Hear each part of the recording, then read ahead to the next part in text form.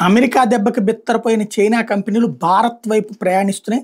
America అధ్యక్షుడు Trump దెబ్బకి China కంపెనీలు భారత్ వైపు చూస్తున్నాయి. చైనా పైన అమెరికా అధిక టారిఫ్లు విధించినందుకు భారతీయ సంస్థలతో జట్టు కట్టి ఇక్కడి నుంచి ఎగుమతులు చేసేందుకు వ్యూహాలు రూపొందించుకుంటాయి. ఈ నేపథ్యంలో చైనా సంస్థ అనుబంధ హైర్ ఇండియాలో వాటా కొనుగోలు విషయంలో రిలయన్స్ ఇండస్ట్రీ ముందు వరుసలో ఉంది.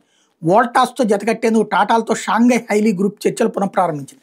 రిఫ్రిజిరేటర్ ఉత్పత్తుల తయారీ ప్రధాన సంస్థలో ఒకటి హైర్ తన భారత విభాగంలో ఎంచదగ్గ వాటాను విక్రయించబోతోంది. ఈ వాటా కొనుగోలు రేసులో రిలయన్స్ ఇండస్ట్రీస్ ముందంజలో ఉందని ఓ ఆంగ్ల వార్తా సంస్థ చెబుతోంది. వినియోగదారు ఎలక్ట్రానిక్ అప్లయన్సెస్ తయారీ వ్యాపారాన్ని స్థానికీకరించుకోవడమే ధ్యేయంగా ఆ చైనా కంపెనీ 25 నుంచి 51% వాటాను విక్రయించాలనుకుంటుంది.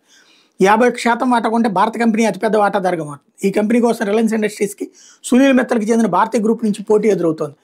2020లో చైనాతో ఏర్పడిన ఉద్రిక్తల నేపథ్యంలో ఆ దేశ పెట్టుబడుల విషయంలో మన దేశం ఆచితూచి వ్యవహరిస్తోంది.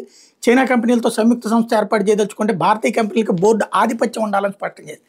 ఈ నేపథ్యంలో టాటాలకు చెందిన వోల్టాస్తో ఒక సంయుక్త సంస్థ ఏర్పాటుకి షాంఘై హైలీ తన చర్చలను పునరుద్ధరించింది.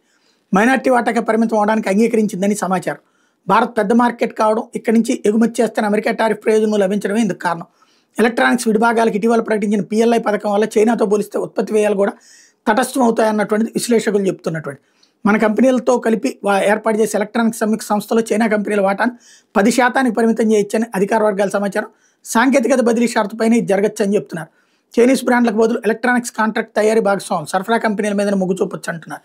అయితే విదేశీ ప్రత్యక్ష పెట్టుబడులు FDI నిబంధనల విషయంలో ఎటువంటి సడలింపులు భారత ప్రభుత్వం ఇవ్వబోదని చెప్తున్నారు.